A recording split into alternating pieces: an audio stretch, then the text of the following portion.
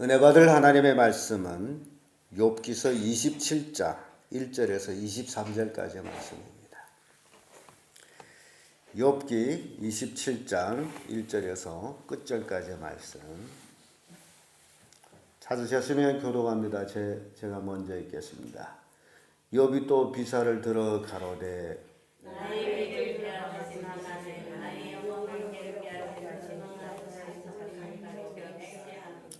나의 생명이 아직 내 속에 완전히 있고 하나님의 기운이 오히려 내 코에 있느니라.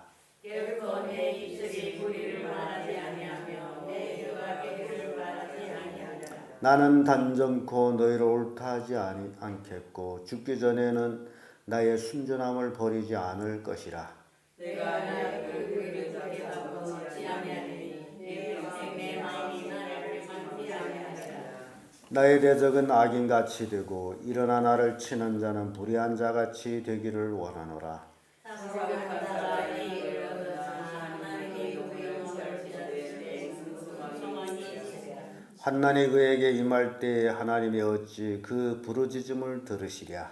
그가 어찌 찾는 자를 기뻐하겠느냐. 항상 하나님께 불러 아뢰겠느냐. 하나님이 하신 일을 내가 너에게 가르칠 것이요 전능자의 뜻을 내가 숨기지 아니하리라. 너희가 다 이것을 보았거늘 어찌하여 나로 부인한 사람이 나겠느냐. 악인이 하나님께 얻은 분깃 강포자가 전능자에게 받은 산업은 이것이라. 그의 자손이 번성하여 칼을 위하여 그의 후에는 식물에 배부르지 못할 것이며 그 남은 자는 연병으로 묻히리니 그의 과부들은 울지 못할 것이며 그가 비록 나는 흙같이 쌌고 흙을 주님같이 주리하리라도 그 예비한 것을 의인이 입을 것이요 그 은은 무죄자가 나눌 것이며 그가 지은 집은 점의 집 같고 사슴꾼이 종을 정확할 것이며 부자로 누구나 그 조상에게로 돌아가지 못할 것이요 눈을 뜬 즉 없어졌으리라. 두려움이 물같이 그에게 나타나시고요 폭풍이 만민을 가져갔다는 것이며 동풍이 그를 날려보내며 그 처소에 몰아내리라. 하나님이 그를 아니지 아니하시고 쏟아내는 것이 그가 손에서 사람들이 박장하면 비수하고 그 처소에서 몰아내리라. 아멘. 이 말씀으로 욥이 인생 철학 이런 제목으로 말씀을 나누겠습니다. 그동안 욥은 누차 친구들과의 변론을 통하여서 친구들이 참된 위로를 주지 못한다라는 것을 알고 있는 욥은 자신의 왜 고난을 받는지, 의인이 왜 고난을 받는지 거기에 대한 답을 친구들을 통해서 얻고자 했지만은 친구들은 오히려 죄인이 고난받는다 라는 논리로서 욥이 세 친구가 굉장히 욥을 정죄하면서 변론했던 모습들을 봅니다. 그래서 그러한 모습 속에서 욥은 더욱 자신의 의를 주장하면서 친구들을 책망하는 내용이 바로 우리가 읽은 말씀입니다. 그래서 욥 인생 철학이 있듯이 우리 각자도 자기 인생 철학을 가지고 있어야 됩니다. 남이 어떻게 산 데서 내가 어떻게 사는 게 아니고 그거는 참 무지한 사람을 남들이 다 그렇게 사는데 그렇지 않습니다. 그럼 남들이 다 지옥 가면 같이 갈 거예요? 그것만 여러분 아시면 돼요. 남들이 다 그렇게 사는데 뭐 이렇게 살 거냐? 남들이 다 그렇게 사는데 뭐 말씀에 순종하며 살 거냐? 아마 그렇게 생각하고 그렇게 사는 사람들도 없지 않아 있습니다. 그렇다면 바로 반문이 그거예요. 그럼 남들이 다 지옥 가면 너도 같이 지옥 갈 거냐? 가겠다면 방법이 없죠. 본인이 지옥 가겠다는데 누가 막을 수가 있겠습니까? 그래서 성경 자체가 멸망으로 가는 길, 넓고 평탄하다라고 말씀합니다. 그래서 찾는 사람 많다라고. 생명으로 인도하는 길은 좁고 협잡하여 찾는 이가 적다. 이미 그렇게 말씀을 하고 있습니다. 그렇다면 하늘나라 가는 사람들은 소수의 사람들, 외로운 길을 걸어가는 사람들인데 어찌 남들이 다 그렇게 산다고 그렇게 살겠느냐. 그래서 우리가 바른 인생 철학을 가지지 않게 되면 엉뚱한 삶을 살면서 자기가 천국 간다라고 생각하고 있습니다. 그래서 욥은 그러한 친구들의 비난 속에서 욥의 인생 철학, 그의 신앙의 철학이라고 해도 되겠죠. 신앙심, 욥의 신앙심. 나는 더욱 의로울 것이다. 너희들이 아무리 나를 비방하고 정죄해도 나는 더욱 의로워질 것이다. 이게 얼마나 멋집니까? 여러분들도 그러기를 바라요. 1절에서 6절까지의 말씀을 보면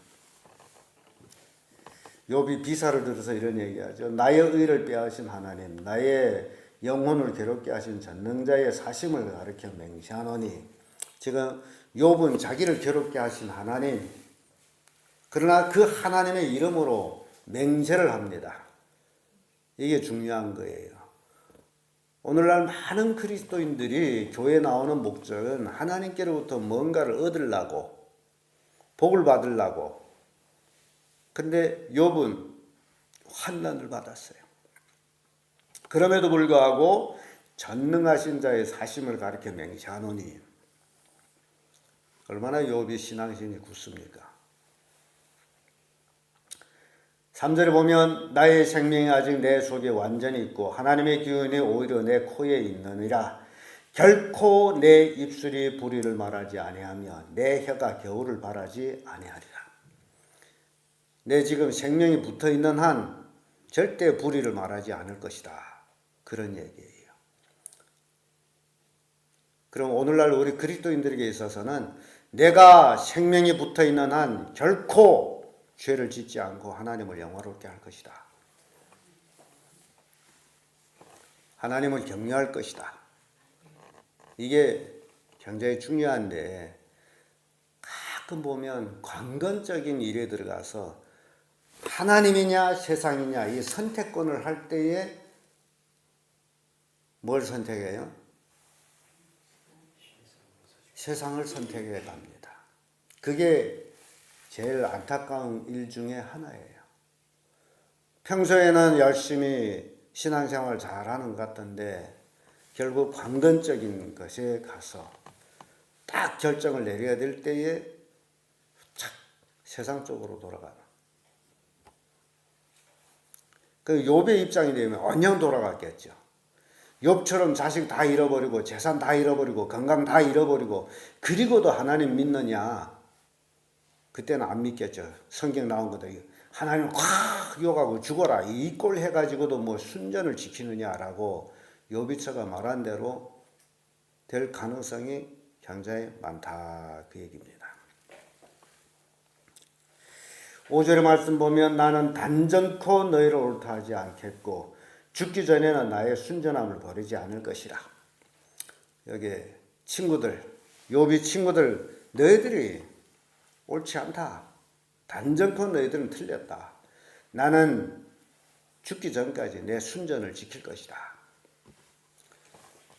멋있죠? 옛 신앙이라는 거예요. 우리가 이런 신앙을 배워야 된다는 겁니다. 뿐만 아니라 6절에 와서는 내가 내 의를 굳게 잡고 놓지 아니하리니 일평생 내 마음이 나를 책망치 아니하리라. 스스로 자기를 죄가 없다라고 책망하지 않는다는 건 대단한 겁니다. 나는 평생 의롭게 살았으므로 나는 나를 죄인이라고 책망하지 않을 것이다. 그 얘기예요. 그 욥이 의롭게 산 것은 하나님도 인정해 주는 의거든요. 우리도 그런 의로운 삶을 배워야 된다 그거예요. 그래서 욥 시작에 욥이 가정 이야기 잠깐 나오죠. 욥이 딸 셋 아들 7이요 동방 우스다에 제일 가는 거고요. 그럼에도 불구하고 하나님을 경외하기 때문에 자식들이 모여서 잔치하고 나면 혹 자식들이 마음으로 하나님을 배반했을까 염려해서 자식 순서에 따라서 뭘 드렸다고요? 하나님 앞에 제사를 드렸어요. 제물을 드렸어요. 그게 욥이에요. 근데 그런 욥의 모습 보면서 우리는 한번 생각해 보죠. 왜냐하면 이거 우리가 생각해야 될 일입니다. 욥이 한 일을 보면서 그 먹고 마시는 것이 하나님께 영광이 되지 않는다면 마음으로 하나님을 배반하는 것이 됩니다. 욥이 근심하는 게 바로 그거예요. 그래서 자식 따라 순서 따라서 하나님 앞에 죄를 드렸어요. 욥이 행사가 늘 그랬다라고 기록하고 있습니다. 그러니 욥은 자식들한테 얼마나 주의를 줬겠어요. 하나님을 거역하지 마거라, 하나님을 경외하거라, 하나님께 순종하거라, 얼마나 했겠어요. 마음으로도 하나님을 배반하지 않게 하기 위했던 그 욥의 모습, 그 욥을 통해서 나는 부모로서 자식한테 욥처럼 그렇게 했느냐, 하나님을 거역하지 마거라, 그런 얘기를 해봤느냐. 극상 해봤자 교회를 가자. 교회가 뭐 할란데? 나 일이 있어 오늘 못 가. 그러면 할 말이 있어요 없어요? 이거 우리가 생각해 보자니 부모라는 게 도대체 뭐냐 말이에요. 욥은 자식들이 마음으로나 혹 하나님 앞에 죄를 지을까 봐 그렇게 초심진자하는 모습을 봅니다. 그래서 우리가 이렇게 말씀을 들으면서 내 가족을 잘 생각해 보는 거예요. 그게 적용이 되는 거죠. 내 가족은 그동안 어떻게 살아왔을까? 돌이켜 봅니다. 가족, 자기, 남의 상관없어요. 남이 어떻게 살든 상관없어요. 내 가족이 어떻게 했느냐. 그러면서 거기서 문제점을 발견했으면 하나님 앞에 낱낱이 털어놓고 회개하고 이제는 이렇게 살 것입니다. 이런 것들을 여러분들 마음속에 생각이 있어야 돼요. 가족 식구는 가족 식구끼리고 교회는 교회끼리고 그렇지를 않습니다. 신앙이라는 게 삶이죠. 또 여러분들한테 제가 말씀을 드렸지만 깨달음이라는 삶이다. 기껏 하나님 말씀 듣고 가족으로 돌아가서 그대로 살아가게 되면 깨달음이 있다 없다? 없는 거예요. 그래서 제가 어제도 머리로 끄떡거리지 말고 몸으로 끄떡거리라 그랬죠. 이게 아는 걸로는 부족합니다. 아는 거 가지고는 욥처럼 삶으로 하나님을 경외하는 거예요. 그래서 욥은요, 이 고난을 통해 가지고 더욱 의롭게 살려고 애를 쓴 그 모습을 우리가 보게 됩니다. 두 번째로 욥의 인생 철학은 불의를 책망하는 겁니다. 불의를 보고 넘어가는 게 아니라 책망하는 것. 내가 의롭게 살아야 될 뿐만 아니라 내 눈에 보이는 불의를 어떻게 해야 된다고요? 책망해야 돼요. 7절에서 12절의 말씀인데 7절 말씀 보면 나의 대적은 악인같이 되고 일어나 나를 치는 자는 불의한 자같이 되기를 원하노라. 사곡한 자가 이익을 얻으나 하나님이 그 영혼을 취하실 때 무슨 소망이 있으랴. 지금 욥을 치는 자들이, 욥을 대적하는 자들이 누구예요? 친구들이에요. 평상시에 욥이 잘 나갈 때는 그렇게 욥하고 가깝던 친구들이에요. 그러니까 여러분 평시에는 사람이 좋고 나쁘고 모릅니다. 어려운 일을 당해봐야 아는 거예요. 욥이야 부자지, 먹고 마시라고 돈을 푹푹 주면 그 얼마나 많은 친구들이 몰려오겠어요. 가난하게 되면 형제들도 다 떠나가 버린다고. 친형제 좋을 것 같죠? 물론 좋죠. 그러나 가난하게 되면 형제들한테도 미움을 받는다. 이게 성경 말씀이에요. 요즘 부모들이 어리석어 가지고 거미처럼 평생을 자식 위해서 살다가 자식 집 사주고 차 사주고 다 그러고 늙고 나면 자식들이 부모를 괄시해요. 자식들은 부모에 대한 은혜를 다 잊어먹는 그런 시대가 왔습니다. 부모는 자식 키우느라고 누릴 것은 누리지 못하고 오로지 자식만 위해서 살아왔는데 자식들은 그렇지를 않아요. 그래서 욥은 불의한 자들을 책망하고 있는 거예요. 지금 이 세상이 얼마나 불의한지 몰라 그러죠. 우리가 살아갈 때에 정말 어떤 삶을 사는가가 중요하다. 그래서 악인, 사곡한 자. 이 8절의 말씀 보면 사곡한 자가 이익을 얻으나, 이 땅에서 악하게 사는 사람들이 이익을 얻어요. 재물을 장집니다. 불의한 새끼들도 부모한테 공경 안 하면서도 자기들이 재물을 쌓여요. 쌓이는데 문제가 있습니다. 여러분들 잘 생각해 보세요. 문제가 있는데 누구한테 동네 나가서 혹은 친구한테 또는 남한테 한 끼 얻어먹게 되면 그것이 고맙다고 은혜를 갚으려고 또 다시 대접하고 그러는데, 평생 부모한테 은혜를 받은 것에 대해서는 부모에 대해서 맛있는 것도 사줄 궁리를 안 하고, 강아지를 키우다 병들게 되면 병원으로 데려가지만은 부모가 병들어도 병원에 데리고 안 가. 저 어디서 목회를 한다는 분이 부모님이 아프다는데도 자기가 전화하겠대. 그래서 내가 욕지거려. 이놈아, 네 새끼 아프면 언영 병원에 갔을 거 아니냐. 네 부모가 아프다는데 왜 전화할래? 빨리 와. 그래가지고 왔다 갔잖아요. 이게 오늘날 현실입니다. 그래서 그렇게 자식들이 살아간다면 사곡한 자나 꽃 같은 거예요. 친구들도 그렇지만은. 그런데 문제가 뭐냐? 이익을 얻으나, 그렇죠? 그렇게 악착스럽게 부모도 공양 안 하면서 돈을 모았지만은, 그러나 어떻게 되느냐? 하나님이 그 영혼을 취하실 때는 무슨 소망이 있으랴? 그렇게 가뜩 장재놨다 할지라도 하나님이 취해버리게 되면, 네 생명을 취해버리면 뭔 소망이 있냐? 그 돈을 장재놓은 게 뭔 의미가 있냐 말이에요. 차라리 부모 공양을 잘 하는 게 낫지. 그런 사람들을 10절에 보면 그가 어찌 젖는 자를 기뻐하겠느냐. 부모를 모르는 자는 하나님을 기뻐하지 않습니다. 여러분 착각하지 마세요. 우리 자식 교회 다닌다더니 그런 말을 나한테도 하지도 마세요. 교회를 다녀서 하나님 잘 믿는 자식이라면 가장 먼저 잘해야 되는 게 뭔지 아세요? 부모 공경이에요. 부모 공경하지도 않으면서 교회를 다닙니다. 뭐 예수 믿는다 합시다. 그런 얘기 나한테 하지 말라고 해요.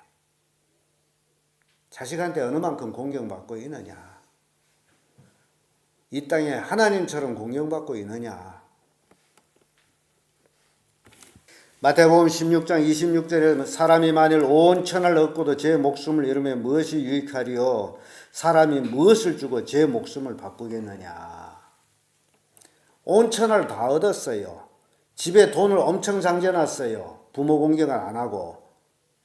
그 돈을 부모한테 주는 건 아까워가지고 벌벌 떨고 말이죠. 자기 친구들 같이 먹는 데는 팡팡 쓰고요. 근데 하나님이 그 생명을 취할 때 그 재물이 내 것이 되겠느냐. 그 얘기입니다. 끝으로 욥의 인생 철학은 악인은 심판받는 것입니다. 13절에서 23절까지 말씀인데 14절의 말씀 보면 무서운 말씀이 나옵니다. 그 자손이 번성하여도 칼을 위하며 그 후에는 식물에 배부르지 못할 것이며. 악인들이 자식이 번성할지라도 왜 번성하느냐? 칼을 위하며, 칼에 맞아 죽기 위해서. 그래서 악인이 일시에 잘 되는 거 부러울 거 아무것도 없습니다. 곧 멸망하기 때문에 하나님의 심판을 받아요. 그리고 15절에 뭡니까? 그 남은 자는 연병으로 묻히리니 그의 과부들을 울지 못할 것이며. 결국 악인은 연병으로 죽어요. 그리고 그 과부, 남편이 죽었으니 과부 되죠. 여기 막혀 울음도 못하는 거죠. 16절에 보세요. 그가 비록 은을 티끌같이 쌓고 의복을 진흙같이 예비할지라도. 악인이 집에다가 은금 의복 가득 장재놨어요.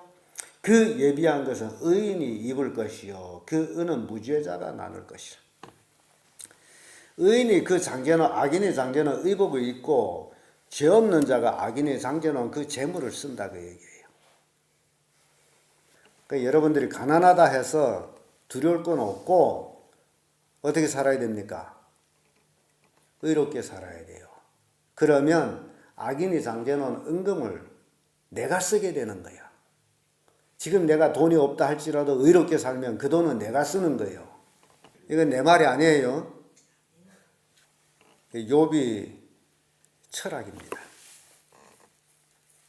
그래서 그 지은 집은 조미집 같고 장직꾼의 조막길은 조막 같을 것이며 부자로 누구나 그 조상에 돌아가지 못할 것이요 눈을 뜬 적 없어졌으리라. 부자로 죽었는데도 다 없어진다 그 얘기입니다. 그래서 악인이 받을 분깃이 바로 이것이라는 거예요. 악한 자가 잘 되는 것 같지만은 그가 받을 분깃은 이렇게 망하는 거예요. 20절에 보세요. 두려움이 물같이 그를 따라 미칠 것이요. 폭풍이 밤에 그를 빼앗아갈 것이며. 악인은 쑥대밭이 되어요. 잠언 15장 22절에 선인은 그 산업을 자자손손에게 끼쳐도 죄인은 재물을 의인을 위해서 쌓느니라. 선한 사람은 그 산업을 자자손손에게 끼쳐도 악인은 죄인은 그 재물을 의인을 위해서 쌓아놓는다. 자기를 위해서 쌓는 것 같은데 결국 그 재물은 의인이 쓰는 것이다. 우리가 예수 믿는 사람이 이 땅에서 어떻게 살아야죠? 의롭게 살아야 됩니다. 그래서 현재 가진 것이 없는 것 같을지라도 나중에 다 의인이 쓰는 거예요. 전도서 2장 26절에도 하나님이 기뻐하는 자에게는 지혜와 지식과 희락을 주시나 죄인에게는 노고를 주시고 저로 모아 쌓게 하사 하나님이 기뻐하는 자에게 주게 하시나니. 악인들이 가득 쌍재나요. 근데 그것을 하나님이 쌍재 놓게 하는데 하나님이 기뻐하는 자들에게 주기 위해서. 그러니 우리가 어떻게 살아야 된다고요? 하나님이 기뻐하는 삶을 살면 돼요. 그럼 이 시대에 하나님이 기뻐하는 삶이 뭘까? 뭐죠? 하나님 뭘 기뻐해요? 죄인이 하나 회개해서 돌아오는 것을 기뻐하신다. 하늘의 의인 아나웃보다 더 기뻐하신다. 그러면 우리가 이제 나이도 먹고 출근도 못하고 할 수 있는 일이 딱 한 가지 있어요. 그게 뭐예요? 예수 그리스도를 전하는 거 아닙니까? 운동 삼아 살랑살랑 걸어다니면서 혹 누구를 만나게 되면 잘 만났네, 예수 믿으세요 하고 한마디 전해주고, 그거 뭐 시비할 거 없죠. 예수 믿으세요 하고 지나가도 돼요. 예수만 믿으라고 전하면 된 거예요.